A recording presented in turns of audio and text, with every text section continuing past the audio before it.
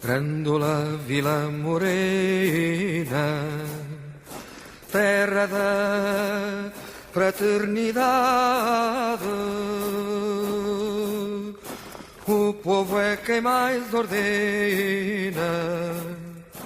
Dentro de ti a cidade. En nuestra entrevista anterior me hablaste del similarismo como el mejor sistema para construir una sociedad sosegada. ¿Puedes concretar los pasos a dar? Para construir una sociedad justa y pacífica, es imprescindible que la población salga a la calle y no la abandone hasta conseguir algunos objetivos básicos, como nacionalización de la banca, creación de una moneda interna para emplear a todos los ciudadanos y establecimiento de una democracia real y directa. A partir de aquí, con todo el poder en manos de la población, una nación como Cataluña, por poner un ejemplo, antes que nada debería separarse de España y definir su espacio geográfico sin los perversos defectos de la gran nación, porque las comunidades humanas se organizan y encuentran su bienestar mucho mejor si son reducidas, y las predispone para alcanzar relaciones internacionales más justas y sólidas. La sociedad debe organizarse en red, persiguiendo hasta donde sea posible la autosuficiencia del individuo, del pueblo, la comarca, la provincia y la nación entera, porque el autoabastecimiento del mayor número de productos y servicios posibles proporciona libertad, paz y gran prosperidad al individuo y a la nación. La fijación enfermiza del capitalismo por pelearse y empobrecer al contrario se explica porque en su mundo solo existen cuevas de ladrones y poblaciones esquilmadas. Debemos ser tan enemigos de lo privado, si prioriza el propio beneficio sin otras consideraciones, como de lo público, si con ello entendemos a una élite acaparando poder, porque más pronto que tarde abusará de los demás. Pero es fundamental que la dirección económica sea centralizada, ya que ha demostrado ser clave en el éxito de las naciones, tanto en tiempos de guerra como de paz, porque canaliza los esfuerzos de la forma más eficiente siempre que se respete la libertad y la independencia de los individuos y de las comunidades organizadas colectivamente, porque solo ellas son capaces de cohesionar a la población, rehuir la burocracia y limitar el poder del Estado. Dijiste que era imprescindible la nacionalización de la banca. Efectivamente, Cataluña debe nacionalizar el dinero y administrarlo desde su Banco Central, encargado de crear una moneda propia, solo de uso interno y sin valor fuera de sus fronteras, de manera que pueda imprimir libremente el dinero necesario para ocupar a toda la población e invertir en proyectos y servicios generadores de progreso y bienestar. Al disparate del libre mercado, un puro desorden culpable del empobrecimiento de todos en beneficio de unos cuantos, los capitalistas añaden la fe en un mercado exterior igual de libre para empobrecer a las naciones en beneficio de unas pocas. Nuestro similarismo impide esta carnicería humana de forma absoluta en el interior mediante una moneda propia y en el exterior mediante una moneda de uso exclusivamente internacional que salvaguarde la existencia de una balanza de pagos de suma cero para que ninguna nación se beneficie a coste de otra. El valor de lo intercambiado entre individuos y naciones no seguirá criterios especulativos o caóticos mediante la ley de la oferta y la demanda, sino de costo de producción mediante la adopción de tarifas de precio fijo.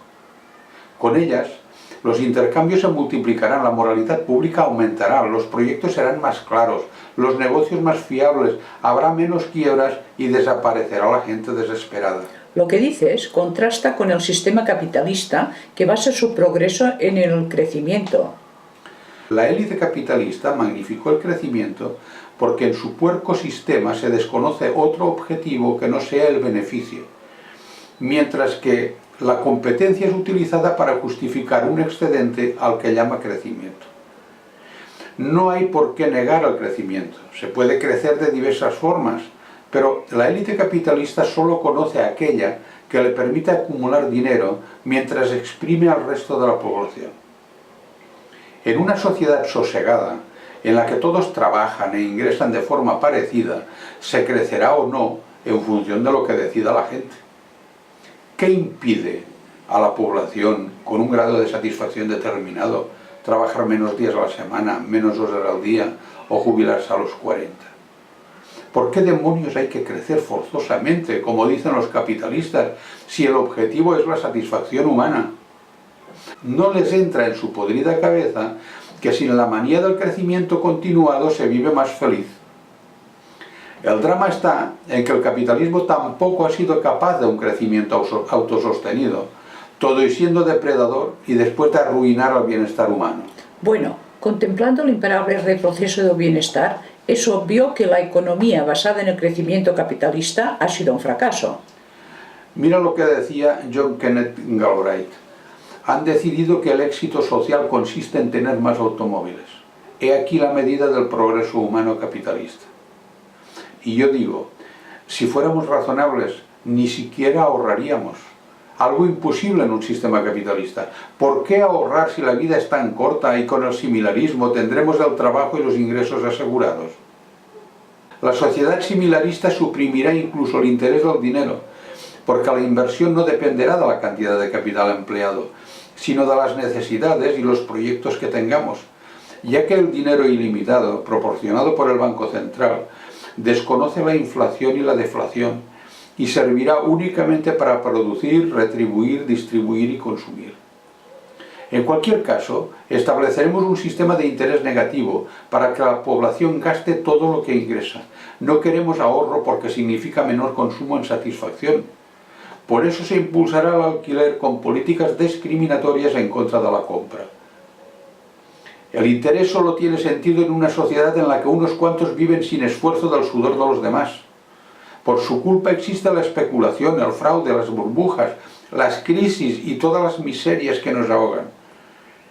Nuestra sociedad sosegada tampoco contempla el concepto de renta, porque todo ingreso proviene del trabajo, ni el concepto de impuesto, porque los ingresos son considerados capital para la satisfacción humana, ni la especulación, porque el dinero solo tiene valor dentro de la nación y existe una tarifa de precio fijo. Una de las mayores preocupaciones de la población actual está en la precariedad o en la falta de trabajo. Esa es precisamente una de las ventajas del similarismo, su capacidad de emplear a toda la población en la creación de bienestar, porque dispone de capital ilimitado para lo que haga falta.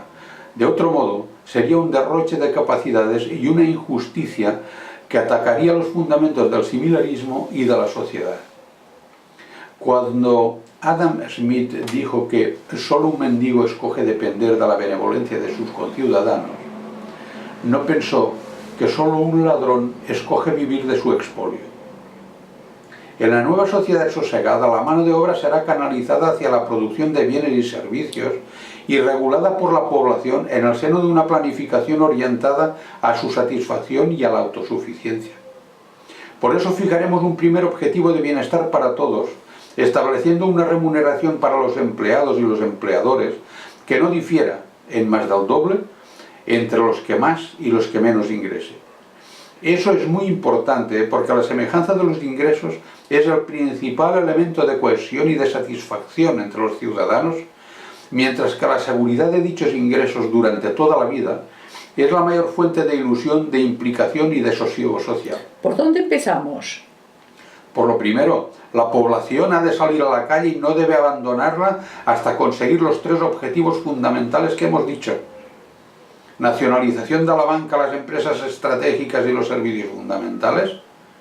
Creación de una moneda nacional de uso interno para emplear a toda la población. Y establecimiento de una democracia absolutamente real y directa.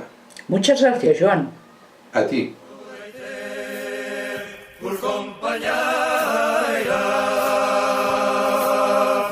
Assombrando Mazinheira, que já não sabia a idade